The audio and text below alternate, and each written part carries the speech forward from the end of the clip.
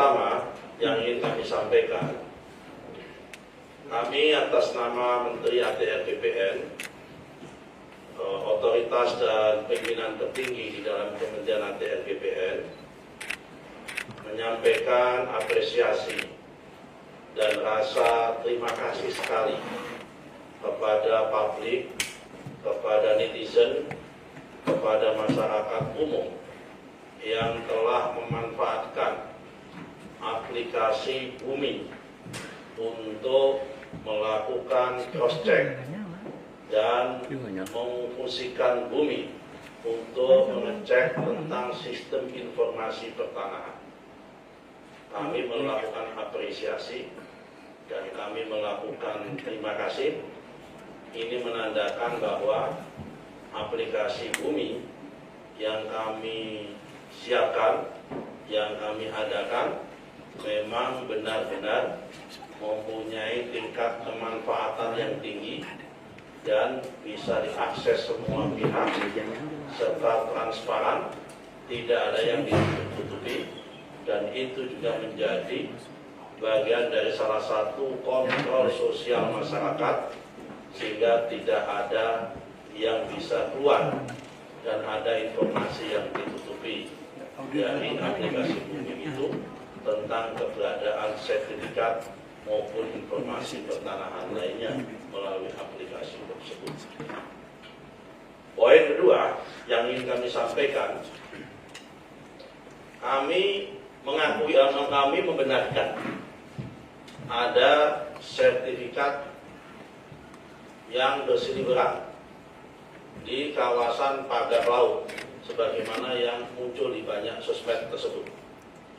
Jumlahnya 263 bidang dalam bentuk SHGB atas nama PT Intan Agung Makmur sebanyak 234 bidang dan atas nama PT Cahaya Inti Sentosa sebanyak 20 bidang.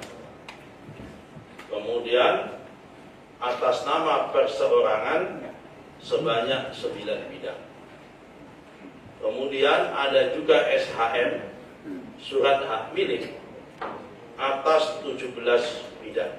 Jadi berita-berita yang muncul di media maupun di sosmed tentang adanya sertifikat tersebut, setelah kami cek benar adanya, lokasinya pun benar adanya sesuai dengan aplikasi Bumi, yaitu ada di Desa Kohot, Kecamatan Pakuaji, Kabupaten Tangerang.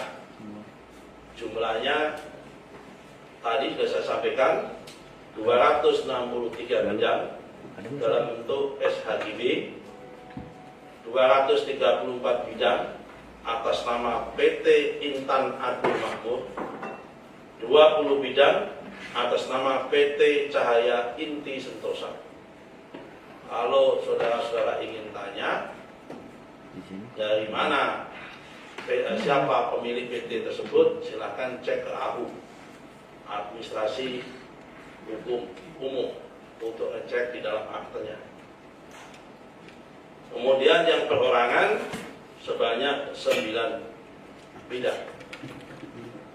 Kemudian yang berupa SHM sebanyak 17 bidang. Terhadap poin 3, terhadap sertifikat baik itu HGB maupun SHM ini, apa yang akan dilakukan oleh Kementerian ATR BPN? Kami hari ini mengutus dan memerintahkan kepada Pak Dirjen SPPN, Pak Firdu, ini orangnya, untuk melakukan koordinasi dan ngecek dengan Badan Informasi Geospasial mengenai masalah garis pantai yang ada di kawasan Desa Kohot tersebut. Apakah sertifikat bidang tersebut berada di dalam garis pantai atau di luar garis pantai? Karena kita harus cek dan kita pastikan Karena setelah kami cek dokumennya, di dalam proses pengajuan sertifikat tersebut terdapat dokumen-dokumen yang itu terbit tahun 1982. Karena itu kami perlu cek mana batas pantai tahun 82, mana batas pantai tahun 83, 84, 85 sampai batas pantai tahun 2024 dan sampai sekarang, untuk mengecek keberadaan apakah lokasi yang dimaksud dalam peta bidang tanah yang tertuang di dalam SHGB maupun SHM tanah tersebut berada di bawah, di dalam garis pantai atau di luar garis pantai. Itu yang poin ketiga. Dan kami minta besok sudah ada hasil, karena itu masalah tidak terlalu sulit untuk dilihat. Jadi garis pantainya mana? Kami tidak mau berspekulasi dulu apakah ini dulunya berupa tambak atau berupanya apa. Kami yang punya berhak untuk itu adalah patokannya adalah garis pantai. Kalau itu garis pantai petanya, informasi geospasialnya sudah terbukti, maka nanti semua akan menjadi jelas mana yang ada di wilayah berada di dalam garis pantai dan mana yang ada di luar garis pantai.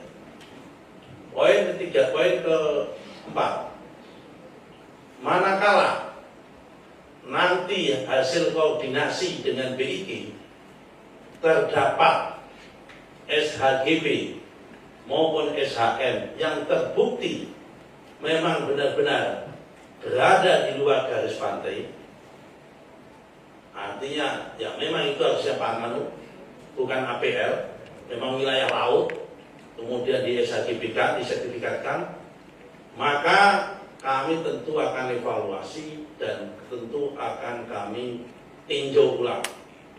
Dan kami masih punya kewenangan itu, karena sertifikat ini terbit tahun 2023. Berdasarkan PP, kalau selama sertifikat itu belum usia 5 tahun dan ternyata dalam perjalanan terbukti secara faktual ada cacat material, ada cacat prosedural, dan ada cacat hukum, maka dapat kami batalkan dan dapat kami tinjau ulang tanpa harus proses perintah pengadilan. Tapi kalau sudah usia 5 tahun, maka harus perintah pengadilan. Poin yang kelima, terhadap pihak-pihak yang terlibat dan terkait dalam proses penerbitan sertifikat tersebut, manakala nanti terbukti berada di luar garis pantai dan manakala terbukti tidak compliant, manakala terbukti tidak sesuai dengan prosedur, dan manakala terbukti tidak sesuai dengan aturan yang berlaku, kami akan tindak sesuai dengan aturan yang perundang-undangan yang ada. Kira-kira yang terlibat siapa? Yang pertama adalah proses pengukuran, juru ukur. Dan kami sudah cek kepada teman-teman di Kantah di Tangerang menggunakan KJSB, kantor jasa survei berlisensi, berarti pihak swasta. Terhadap KJSB-nya, kami sudah mintakan perintah kepada Pak Virgo selaku yang menangani Dirjen SPPN untuk memanggil, dan kalau terbukti tidak prosedur, kami minta untuk di blacklist, kalau perlu merekomendasikan supaya izinnya dicabut. Kemudian setelah ada juru ukur dari KJSB butuh pengesahan. Karena itu pihak kepala seksi pengukuran dan survei yang ada di dalam Kantah Kabupaten Tangerang juga harus bisa kita mintain pertanggungjawabannya. Nomor 3, kepala seksi pendaftaran dan penetapan hak dan pendaftaran tanah juga akan kita mintain keterangan dan untuk kita tindak sesuai dengan aturan perundang-undangan yang berlaku. Selanjutnya adalah kepala kantor di Tangerang. tapi yang bersangkutan sudah pensiun. Juga akan kita ambil dan akan kita lihat apakah yang bersangkutan terlibat itu atau tidak. Karena itu kami atas nama Menteri ATR BPN mohon maaf atas kegaduhan yang terjadi kepada publik, dan kami akan tuntaskan masalah ini seterang-terangnya, setransparan-transparannya. Tidak ada yang kami tutupi, karena memang fungsi daripada aplikasi Bumi adalah untuk transparansi, siapapun bisa mengakses, dan ini bukti bahwa kita siap dikritik dan siap dikoreksi oleh siapapun, oleh masyarakat. Kalau memang terjadi ada kesalahan akan kita koreksi. Dan ini menunjukkan dengan adanya aplikasi Bumi, pihak-pihak pejabat kami maupun petugas kami di lapangan tidak bisa serta-merta akan berbuat semena-mena. Karena kalau berbuat semena-mena, publik pasti akan tahu dan publik akan bisa mengendorse untuk itu semua. Saya kira ini penjelasan resmi dari kami. Saya kira sudah cukup. Tidak akan kami buka tanya jawab supaya tidak melebar kemana-mana. Kasih kesempatan kami untuk bekerja. Insya Allah dalam waktu singkat kami akan bisa kasih keterangan yang lebih detail dan lebih jelas lagi. Saya kira apa yang saya sampaikan pada kesempatan ini sudah cukup detail. Poin kedua, terhadap berita yang muncul di media tentang seakan-akan bahwa sertifikat ada yang muncul itu di atas laut atas nama PT Kapuk Niaga Indah, itu tidak betul. Karena kalau ini yang muncul di media kan, ya, itu bukan di Kohot, tapi ini di Jakarta Utara. Kohot itu Tangerang, ya kan? Ini itu satu hal, ini lain. Kalau yang ini sudah sesuai dengan prosedur, karena ini adalah sertifikat yang di Amal Muara terbit tahun 2017. Ini adalah sertifikat dalam bentuk SHGB atas nama PT Kapuk Niaga Indah. Yang ini terbit di atas HPL, dan itu tanah hasil reklamasi.